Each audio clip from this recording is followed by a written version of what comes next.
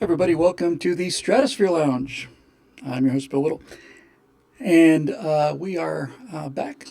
Everybody, welcome to the Stratosphere Lounge. I'm your host, Bill Whittle, and we are back. Everybody, welcome to the Stratosphere Lounge. I'm your host, Bill Whittle, and the Purple Grotto. Tales from the Purple Grotto. That's actually the name of the show today. There was a show called Tales from the Purple Grotto. I think we got like a two thing going on here, some phasing. Maybe that will be better. Yeah, so there was a TV show. It was one of those creature feature things in Miami back in the 70s called Tales from the Purple Grotto with Count Orlok. Can't find anything about it online except for one article, but my God, that was so much fun. It was every Friday night. I just started about 11, I guess, 10 or 11 at night, run two science fiction movies, horror movies, stay up. That was about the time you'd be having sleepovers and staying up all night and doing all kinds of cool things like that. So anyway, yeah, so here we are. It's good to be back with the Stratosphere Lounge after a number of Chronosphere Lounges. The news in terms of stuff to reveal continues to kind of slow down. It was just looking back on it. I mean, 21 episodes. I did 3 weeks without a break.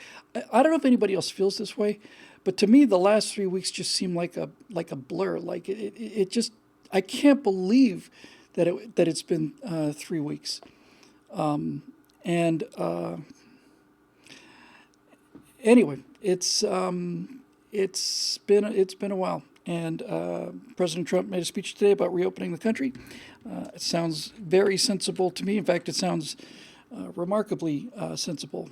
And this idea of stage one, and then if we continue to see 14 days of declining cases, stage two, that seems very reasonable to me. Of course, it was attacked at CNN right away, but in another year, well, another 5 years, you're going to need an archaeologist to explain to you what CNN was.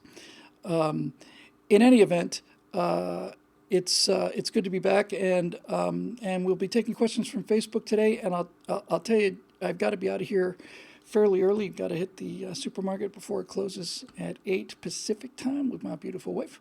So I'm gonna have to make this one a little bit briefer than usual, but at the very least, we'll get something in there, I think. So let's just jump right into the questions. I'm going to try and take questions that may not be related to COVID-19. I don't know if there's going to be any of that, but you always hold out hope. And we'll just kind of take them as we go and get a couple of them done and call it a night here. And let's see what we got. Come on.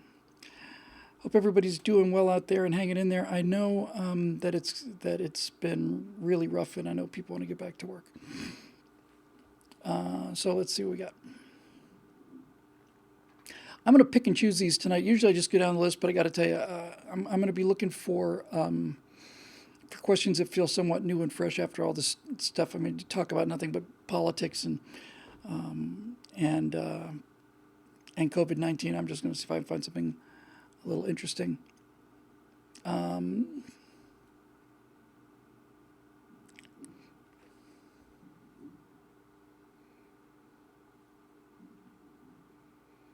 Brian Denny, yeah.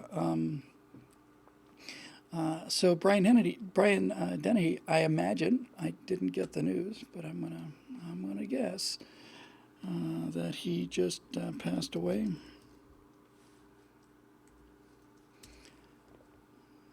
Yeah, April 15th. So yesterday. Do we know what he died of here? Let me look and find out.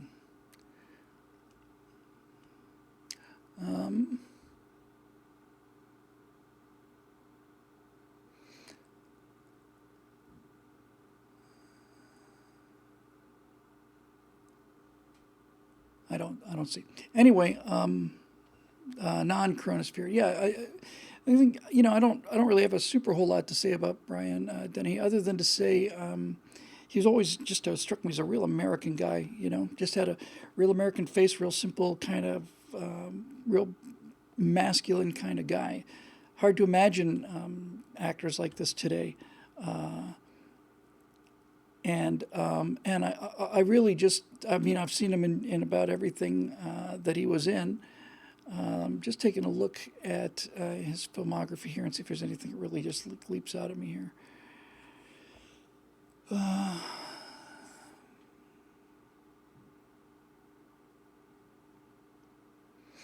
Cocoon, obviously, Silverado.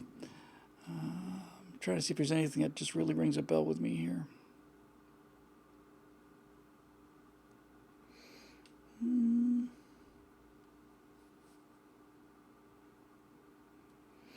Brian Denny, he's the kind of actor who's been in everything, and then when you ask what he was in, with the exception of, Cocoon or a couple of other things, nothing really just leaps out. I don't really have a whole lot to say about him other than the fact that I liked him, and I never heard anything from him about his politics, which I really deeply appreciate, and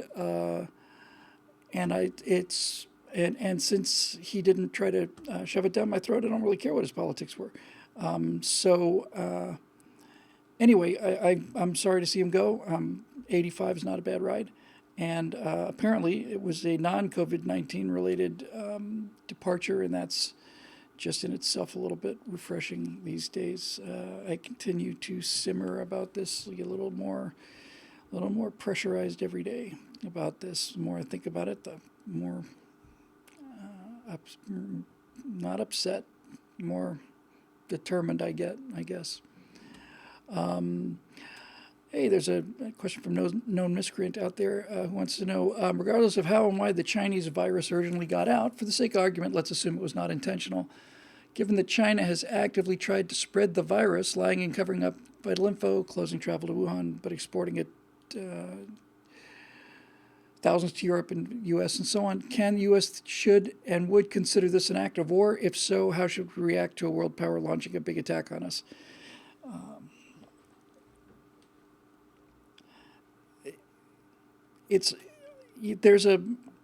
There's no question that they're responsible for this. They're financially responsible. They're ethically, morally responsible. All of it. When they accidentally release a weapon in their own factory, it's kind of hard to call it an act of war exactly.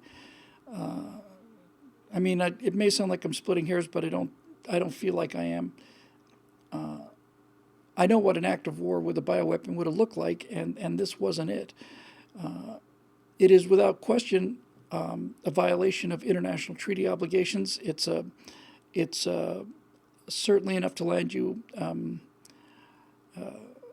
pariah status, and deservedly so. I think it's certainly enough to without question, enough to provide financial damages and all the rest. But an act of war is a little bit.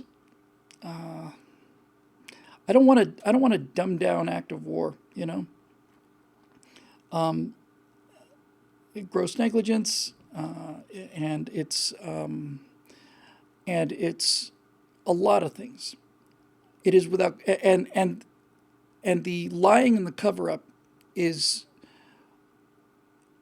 inexcusable, and we need to treat it as if something that we should never forget. And I think to some level, treating it like an act of war is probably about where I am with the thing mentally. But to say that it's an act of war to the degree that they launched it, this wasn't. Now it's not only possible, but I suspect likely that this thing got out, and that there was a day when they were either going to use it or were planning to use it, and just developing it is illegal.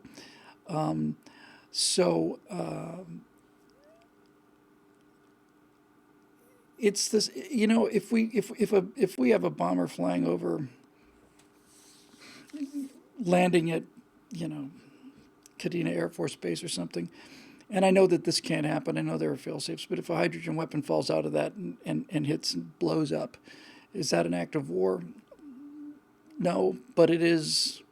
It's a pretty nasty accident, and if that sounds like a catastrophe to you, it's nothing compared to the number of people really killed already and so on. So And the worst of it is when somebody pointed out to me that this is never going to go away.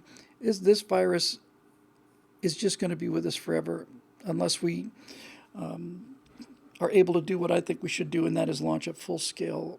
I mean a civilization wide assault on viruses, not make it like a research issue. I mean, make it a top priority. Just fundamentally get in there and assign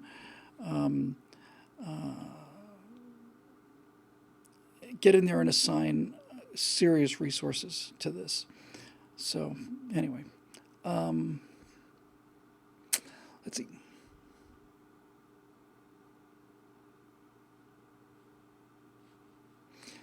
Well, I guess the COVID-19 thing is going to be with us, so we're just going to deal with it. Al Travison, sorry. Hey, Bill Whittle, we hear a lot about the death rate of C-19 being only 2 to 3%, only's in quotes, and that we should open everything back up. I know you're a pilot, and like every pilot, regularly do risk assessments. If the fatality rate of flying commercial or private was 2 to 3%, would that be acceptable? Would planes be grounded until that risk was lowered?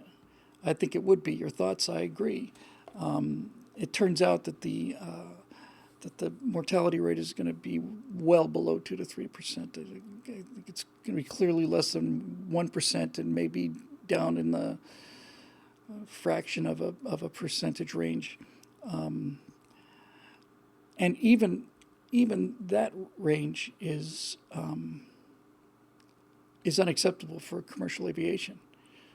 I mean, if an aircraft had a 1% chance of crashing, there's 40,000 domestic flights a day. That'd be 4,000. Sorry, 400. I'm losing it. 40,000. 10% is 4,000. 10% of that is 400. There'd be 400 crashes, not people. 400 crashes a day. So the numbers we're talking about in terms of aviation are absolutely minuscule. The reason that the 2 or 3% seems so high is because it's 2 or 3% of the people who contract the disease, and the number of people that contract the disease is nothing like 100% of the population. This is the thing that I think escapes most people. The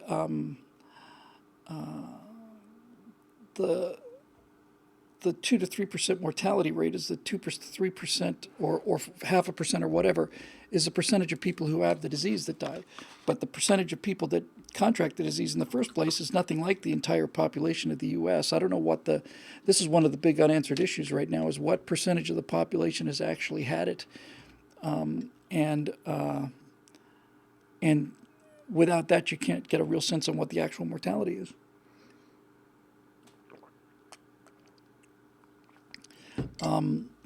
The bigger question, obviously built into this, is really the question he's asking is it worth doing? Well, if the mortality rate had been 1%, that'd be 3 million Americans. That's a lot of people. Bernie Sanders said that the COVID-19 deaths might be greater than World War II, and if it was at 1% and everybody in the country got it, he'd be right. It'd be 7 times World War II. So 3 million people is a big deal. It's 1,000 times more people died on 9/11. On a 0.1%, you're dealing with 300,000 people, and as you get to those kind of numbers, I hate making these kind of calculations. They just really, there's something fundamentally sickening about them. But with all respect to the people who suffer from this, and I don't like treating them as statistics or discussing these things when you're dealing with human lives. But if you get to 300,000, you are now approaching numbers that we actually see in the real world. 300,000, 0.1% of the population. If it's a 0.1% fatality rate and the entire population gets it, and it's 300,000 people, that is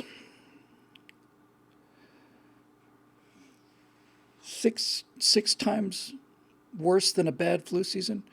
That's every person that dies in a bad flu season, six times that number. That's a big number. Let me just do a quick Google search on something here, because it is an interesting point, and I'll get to the point of the point in just a minute. Okay, so the number one killer in America is heart disease, and it's about 640,000 people a year. That's a lot of people, and a, a significant amount of heart disease is, if not preventable, then certainly reducible. And if I'm looking at a map, it's heart disease is clustered real hard in the South, just in the old Confederacy South. Really, really big. That's where the really is.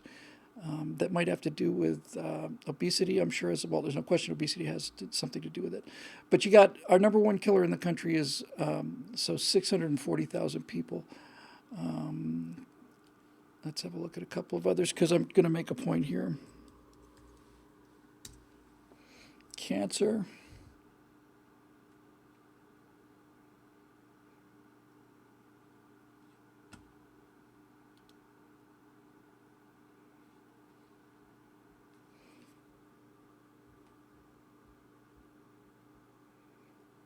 $900,000, that would be more. That can't be right. Because that's cases. That's not so much fatalities. Here we go. Anyway, you get the point, right? So the point I'm trying to make is this: there is every society. I don't need the numbers anymore because I know what I'm trying to say. Every society on Earth has what you might want to call sort of an ambient level of risk. And when you talk about the ultimate form of risk, you're talking about being killed. So every culture in the history of the world has, at every moment in its existence, had an ambient level of death. There's an ambient death level for every culture and society.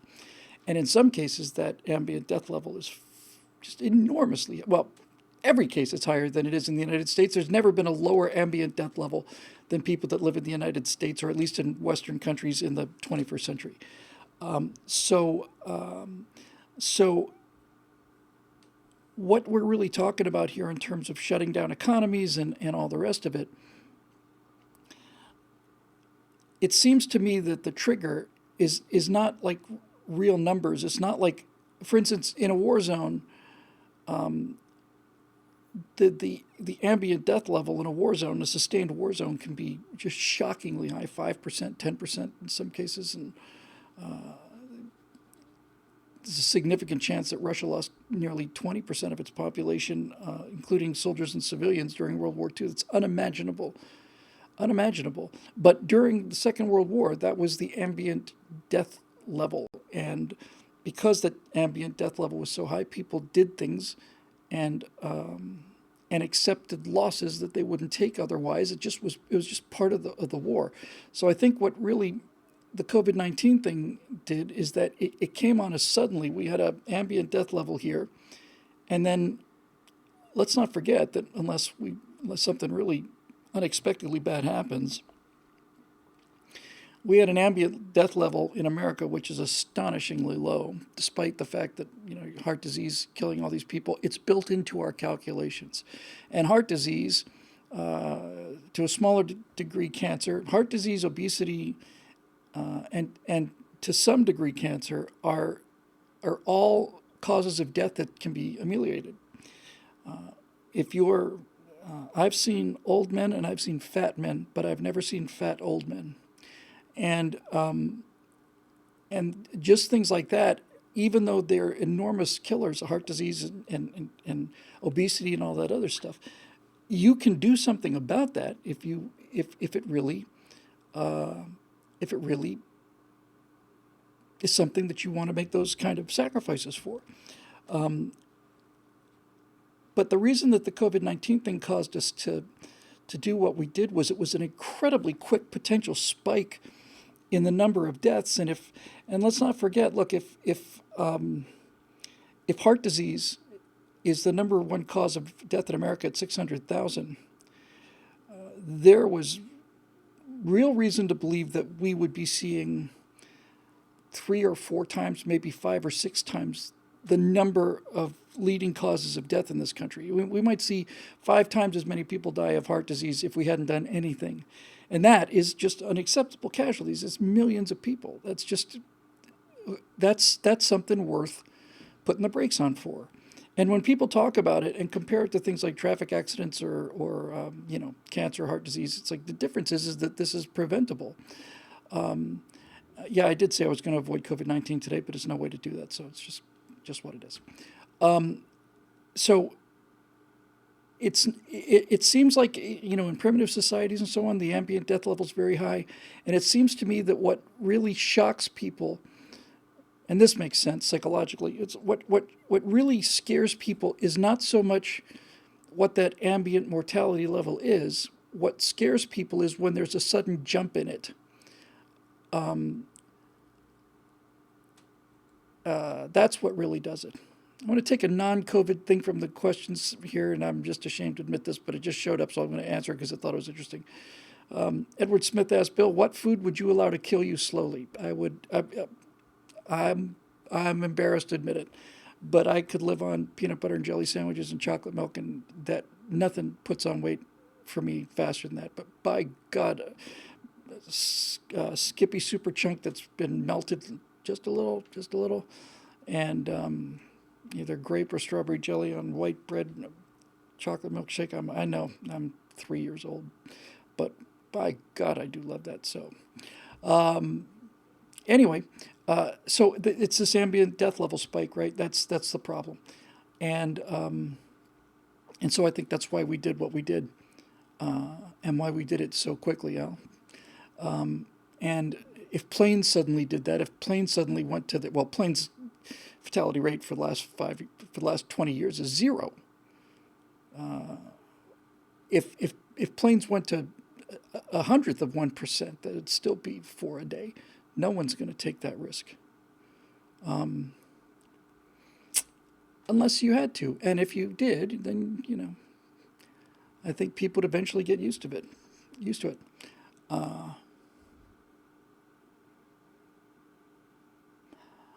It's non-COVID-19, so he gets a second strike here. Known miscreant Matt Lloyd says, what's the next technology you see reshaping life as we know it, similarly to how irrigation, automation, and the internet transformed past cultures? I'll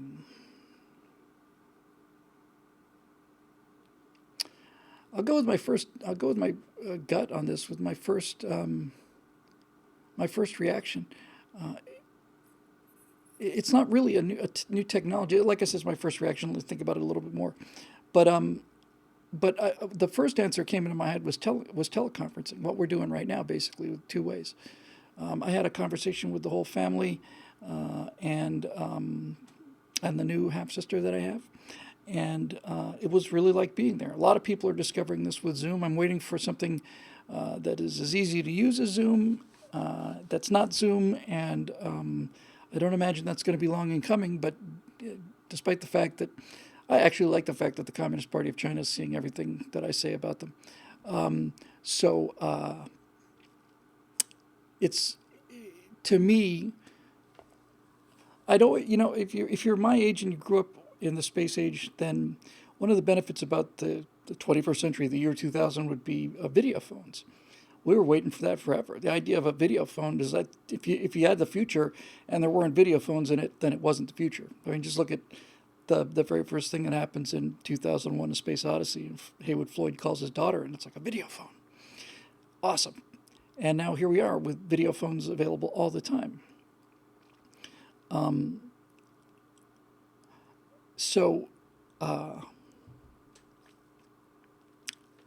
some level, I mean, I work with Scott pretty much on a daily basis, and he's a guy I work with every day. We talk face to face every day, and I probably met him in person 5, 6 times. That's it. It's as this technology improves, and as people get more used to doing it, I think it's gonna increase socializing. I think, and that means that we'll start to see societies, tighter bound societies of people who are bound by interest rather than geography. So, that's one thing I think. I think the next technology, actually, now that I've reflected on it, is blockchain. The idea that you can encrypt data so that YouTube can't censor it. You can't have your personal data hacked. It's not an encryption code. It's a way of sending data that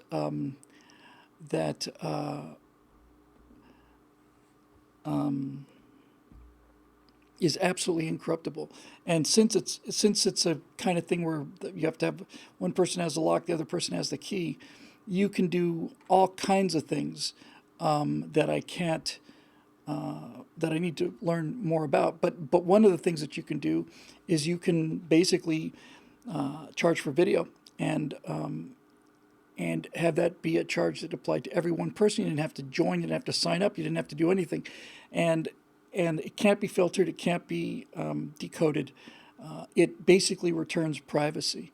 And if privacy were to suddenly become a thing on the internet, if you were suddenly able to be private on the internet, including things like ad choices, so if you could suddenly do that, then the web of financial and personal connections would expand enormously, I think. I think let me just give me a second to think of this term I'm thinking of.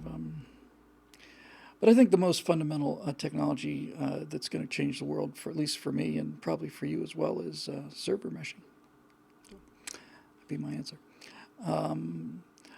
Paul Meyer, quick, do you think the shutdown will have permanent changes on people's lives going forward? If so, which items or processes do you think will continue, i.e. vulnerable, continuing to wear masks in public, grocery, delivery, pickup, etc.? For me, Paula, I think that well, I'll tell you one thing. One permanent change that I don't want is I don't want to be giving up handshakes. I don't want to be giving up handshakes.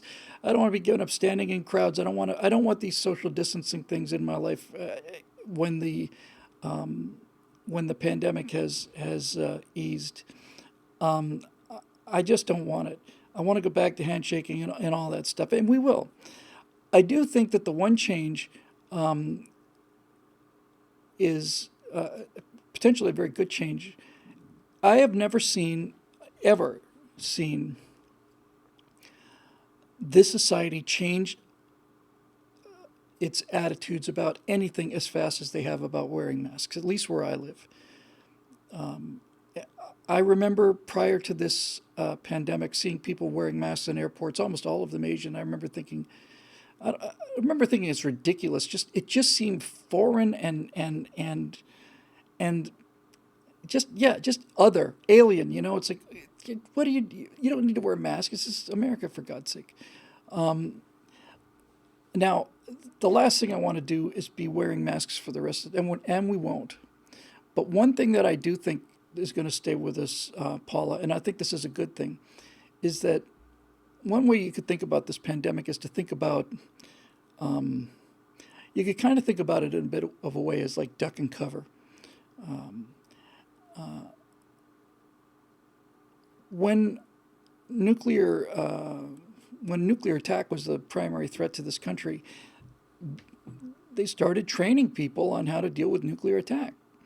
And one of those things was duck and cover. And the reason you learn things like these drills, for those of you that are younger than most of us, or some of us, during the 60s, the late 50s and 60s, I guess, when ballistic missile technology was starting to really become reliable, the idea that you might be sitting in a classroom in America and suddenly hear an alarm go off, meaning incoming Soviet warheads, and you had 15 minutes or less, there was a period of many years here in this country where It was civil defense. In fact, one of the things that very few people remember, one of the things that was built into the Apollo set that I had for the Apollo 11 series that I liked so much was there was that you know six-sided figure with the three triangles against three triangles, and it was the symbol of radiation, and it said fallout shelter. And you would occasionally see, if you looked for them, buildings would have a kind of a round blue disc that said CD on it for civil defense. And that would be fallout shelters and so on and so forth. So anyway, my point is, the reason they did that was so that people would be able to react quickly in case of an emergency. Fire drills a better example. Fire drill, duck and cover, just to finish the story for those of you who don't know what I'm talking about. The idea was that you could be sitting in school or anywhere else for that matter, and it was designed to train you so that if there was a sudden flash of light, you would immediately get under the desk. And that made sense because the light travels faster than the shock wave does. And if there was a sudden flash of light, duck and cover. And the idea was you could get down there and save some lives. And people, I mentioned this in the very first episode of the Cold War series, which I finished 2 days ago. Episode 13, we had to go to another episode. And I'm going to record it tomorrow, and that'll be it. But when a lot of liberals and people who trying to think that they're smart say it's so absurd, what an absurd thing to do, as if you could save lives with duck and cover. One of the things that they recommended was if you were outside and you knew that the missiles were like close, you couldn't get to a shelter in time. They would say if you're outside, cover yourself with newspaper. And people trying to sound smart was it's the most ridiculous thing in the world. Nuclear explosion's gonna, well, if you're inside the fireball, yes, but if you're not, covering yourself in newspaper would pretty much take virtually all of the energy from that instant heat flash, from that infrared flash. It'd be admitted. It would vaporize the newspaper, but it's such a brief pulse that it doesn't vaporize your skin. Actually, it was damn good advice. And anyway, all of this to say that we did a lot to prepare ourselves for nuclear threats. And I think the thing that's going to stay with us the most, Paula, is that next time that there's an outbreak, which will be in China, a pandemic, then as soon as it shows up, we will immediately we won't go into shut down the economy. This is, I think, the lesson that we've learned from this, and why I think in the long run it'll have been good for us. The instant we start to see some kind of pandemic spread now, what we will do is immediately go into things that we didn't know how to do before, but now we do. Masks will come back for a while, and if we're quick on it, and we will be much quicker on it. We start to see sick people, we will immediately close off traffic. We're learning a lot from this, as we did after 9/11 and after Pearl Harbor and all the rest of it. But when we see these signs again, we're going to know what to do, and we're going to be a lot better at that. And if it turns out that that there's recorded cases in the United States, I think everybody will go to masks and gloves. They'll still go to work, but they'll go to masks and gloves. Masks and gloves are so unbelievably effective that among the many things that surprised us, because we've never done this before. Somebody mentioned earlier in the comment section that traffic accidents are so far down, and they are. And furthermore,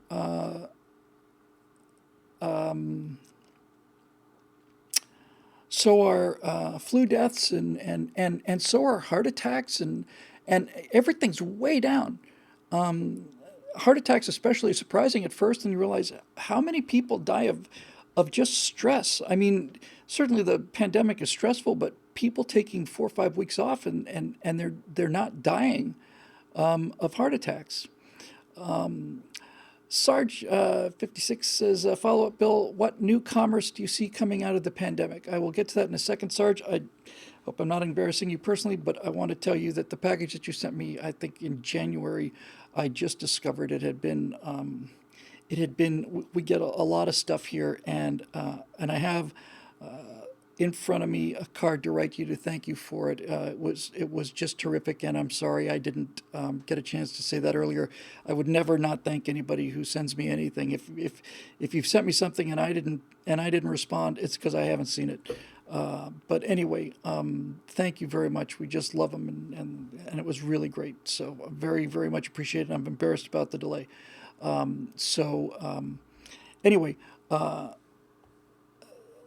think, well, people talk about new commerce. I bought a Kinsa thermometer. I won't see it for another 2, 3 weeks, but I bought it. I was impressed by the philosophy about it. Now, John Galt says the sister-in-law's mask company is booming. Yeah, I think certainly we're going to see we're going to see a big growth in personal protective equipment. That's just going to be the thing, and already starting to see signs of this in Google Ads. But face masks are going to become fashion statements if they're not already.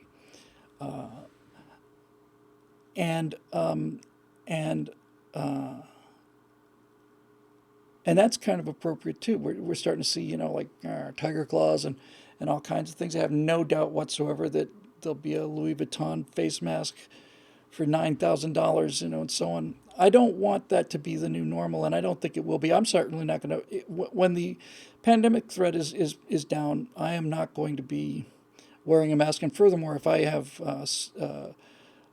proven immunity through serology, no, I'm just not going to do it. Although, if a new pandemic comes, I will do it right away. Our friend Merlin says that masks help defeat facial recognition. That's an interesting point that no one has really considered. There's a lot of unexpected consequences to fall out of that. So I think in terms of new technologies, things like the Kinsa thermometer, which to me really was a source of great continuing hope for me, and just real time data. For those of you that may have missed the Chronosphere lounges, the Kinsa is a company that manufactures a smart thermometer. I think the inexpensive ones are $34, and it's a lot of money. The infrared ones in the ear are about 64, somewhere around there. But the point is they carry a little bit of Bluetooth on them, and they report your temperature to your phone. That allows you to track your temperature and all the rest of it. But more importantly, you get to opt into an anonymous national database. And I had thought that was just a byproduct of the Kinsa, but reading the founder's statement, that's the first data I saw that was showing that social distancing was working. Once I read the founder's statement, he said, we're trying to produce a real-time map of American health as determined by fever as a symptom of flu and coincidentally COVID-19 and so on, and I thought that was really brilliant. If you want to see it, it's there. It's updated every day. You can zoom right down in, see how things are going in your county. I've used these charts several times on the Chronosphere Lounge, but it's healthweather.us. And so that's just an example, I guess, Sarge, of the kind of thing I'm talking about. I think there's going to be quite a bit of that.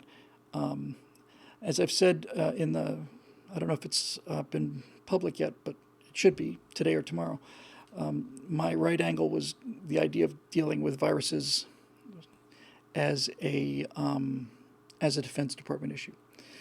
That we should be aggressively patrolling for viruses and doing the kind of research that we've been doing on things like stealth technology, anti-ballistic missile defenses, the hydrophone system across the entire ocean floor all around the world, all of that stuff. I think that bio threat stuff is going to be a huge market. And given the number of advances we've seen lately, I think this is really, if this causes us to take infectious diseases more seriously than we have, then we will have gotten a wake-up call at very low cost. Needless to say, there's 20,000, 25,000 Americans that are dead as a result of the actions of the Chinese Communist Party.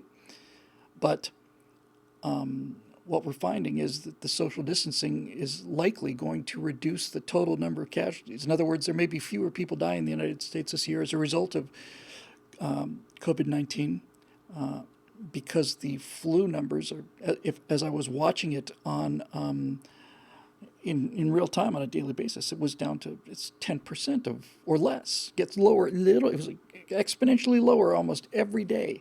Fewer and fewer people in the country are showing signs of fever. So the flu deaths will be way down. Traffic deaths will be down.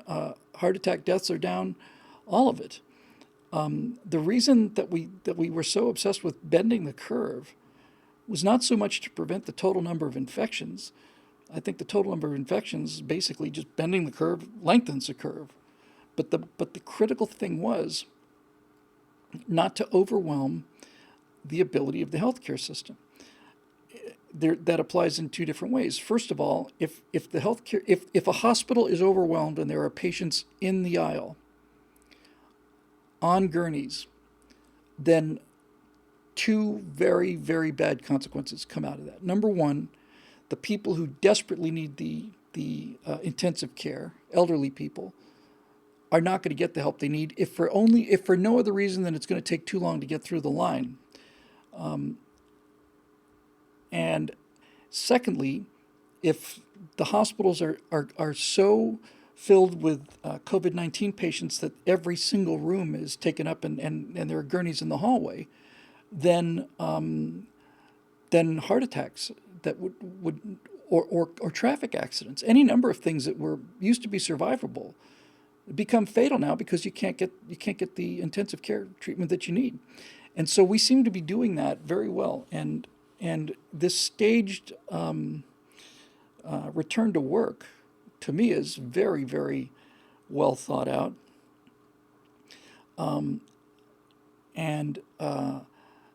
And one of the things I like the most about it, I didn't get a lot of details on it. I will shortly, but this idea of these kind of having these gates. In other words, we release these restrictions and based on your health and other factors, certain number of people go back to work. And before we go to the second level of releasing these restrictions, we have to see 14 days of decreasing cases. I think that's very, very smart.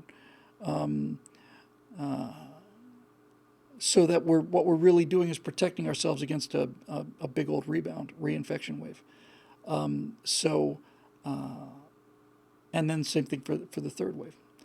And we just did a Bill Whittle now on that just 15 minutes before we started Stratosphere Lounge. And I think what would be useful information now would be for virologists, epidemiologists, and all the rest to start coming up with protocols to not to inhibit our emotions. I think we've had enough of that. We did that voluntarily as a general rule. And yes, somebody pointed out that the fascists are self-identifying, the petty tyrants are coming out of the woodwork. All true, but they're relatively few in number and they're getting smacked down. So I'm not too worried about that. But protocols for protecting things like nursing homes. As this thing starts to pass, and assuming we don't see a big rebound in the fall, that will be kind of the residual place of great danger. As we saw, one of the first cluster cases in America was when COVID-19 got into a nursing home in Washington State and killed 26 out of the 30 people there, something like that. Things like nursing homes and hospital wards, we're going to have to be a set of protocols for protecting those. Hospitals generally know what they're doing, but a set of rules for nursing homes, I think, is really important. Because while I would not be willing to submit to having my temperature taken by being pulled over in my car and having somebody take my temperature, I would have no problem whatsoever having my temperature taken and wearing a mask if I went to visit my mom in a nursing home. That, to me, makes just sense. And if I didn't want to undergo that, then I don't have to go. So that kind of thing, I think. C.K. Masterson brings up a real big point, and that is the idea of the cities dispersing and so on. And this goes to something I've been saying throughout this entire pandemic. The, the departure of people from cities is ongoing and will continue to accelerate and has nothing to do with COVID-19. But the pandemic is going to definitely accelerate that process. The pandemic has shown us, number one, how deadly cities are in an age of bioweapon, that kind of thing. The the the advent of things like teleconferencing, working from home, means that, look, the entire reason you needed a city in the first place was because you were an industrial era economy. Manufacturing requires people to live in cities. That's the only reason to do it. You have to have people to man the factories. They have to live close enough to be able to get to work and home every day. You have to have the factory's ability to bring in raw materials and send its produced product out to other factories that use it, and so on. And that's why you needed cities. That's why cities are an industrial era phenomenon, large cities. But as the information age comes along and more of our economy turns to information-based economy, then the need to have everybody living on top of each other for industry becomes less and less and less. New York still has the population density it has now because it one time had to have all those people together for manufacturing, and now they all live together and do mostly information age work, but they live together because they know it and they like it, but they don't have to anymore. And so it's going to just accelerate it. But the ability to do what we're doing now in a two-way thing, when we're talking about, and by the way, like I said, I finished the Cold War 2 days ago, put the final period on it. 4 hours ago, I finished the cut on the final, the edit. Tomorrow I record it, and then I'm done. So as we get back to trying to do these science fiction video things that I haven't talked about for quite a long time, we had a discussion, Foghorn and Chamdrin and I, about how we wanted to do this. And one option to do it, assuming we could continue to get the funding, would be to have this studio with 4 or 5 workstations and having people come into work, and they'd sit here and they'd do their job, and I would get to, smoke cigars and look over their shoulders and go home and sleep on big piles of money. But that would mean paying people enough money to be able to live in Los Angeles, which is not an inexpensive place to live. And if they're working on a computer terminal and they're sending data from one computer terminal to another, there's absolutely no reason for those people to be here in the same physical space. We might need a couple people to come in to do data recording if we were going to do motion capture, but as a general rule, virtually all of the work that we would need to get done could not only be done outside of Los Angeles, could be done outside of the United States. We can see, we could just go shopping, and we will, for the best talent in the world, and people work for an awful lot less money in places like Ukraine and so on and so forth. And I wouldn't be doing it just to save the money. I wouldn't sacrifice the quality that I think we want to obtain in order to save money. But all other things being equal, it's nice. I have, since we spoke, lads, who I mentioned earlier,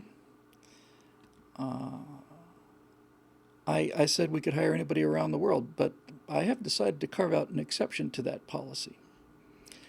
You might be able to guess which country I have in mind. But with that said, all of this is changing, and the fact that I don't have to be in the same room as the people who are supplying the work, I just have to be able to communicate with them on a regular basis. That's it. And furthermore, having done this once before with a guy who was living in Germany, American living in Germany, who built that Aurora model for the movie I wanted to make, it's still in the stack of plans somewhere back there. Incredible model, 2 million vertices model, beautiful, beautiful, beautiful 3D model.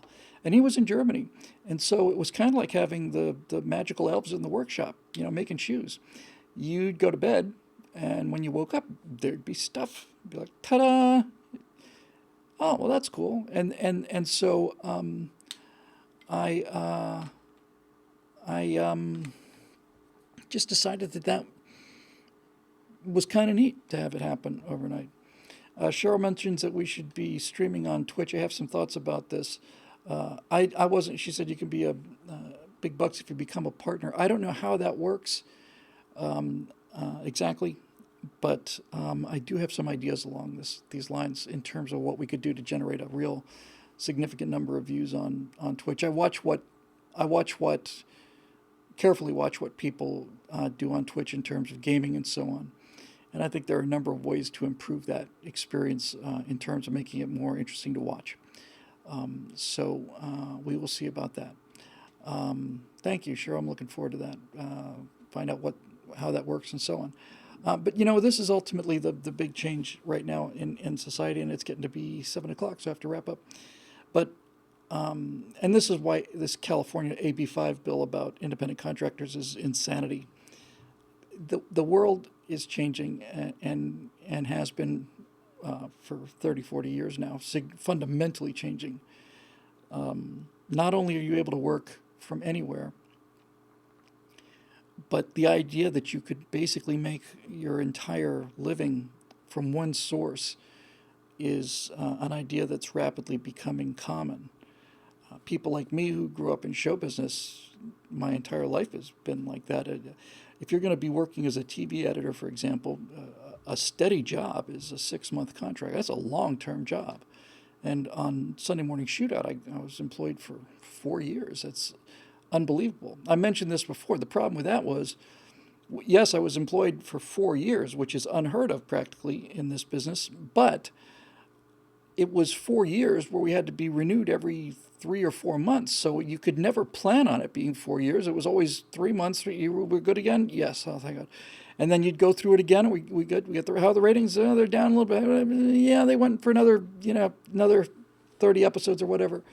But once you get used to it, you get used to it. And people are going to be making money doing things in their spare time, making money off their hobbies. They're going to be working for several different people at the same time. And certainly when we talk about the freelancers, we're going to need to do this Aurora project. We will be one of many jobs that individual modeler or texture artist or level designer will be working on at the same time. I don't have to pay that person's full-time salary because they don't have to work on me full-time. They have to for me full-time. They have to they just have to meet deadlines. And if they want to stay up all night doing that, they can make some extra money. So anyway, it's good to be back, good to be talking about things, but I really do have to run. Store closes in an hour, and we got to get down there and pick up some more peanut butter and jelly that I can then throw away because I love them so.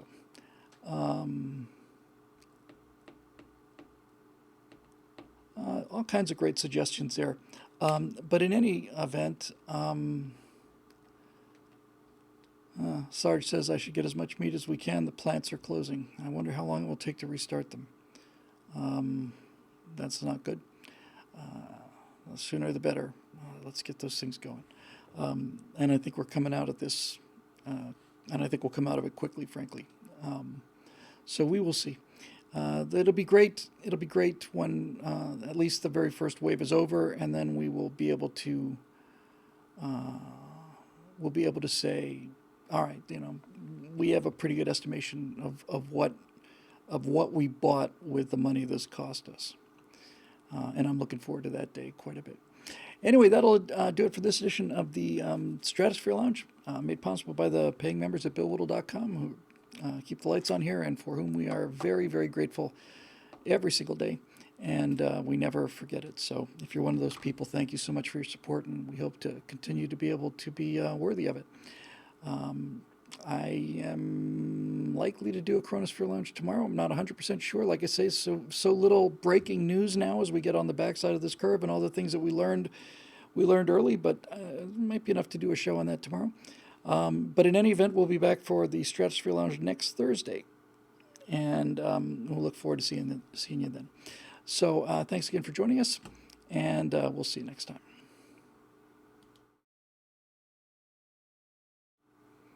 That was a mistake. What I meant to do was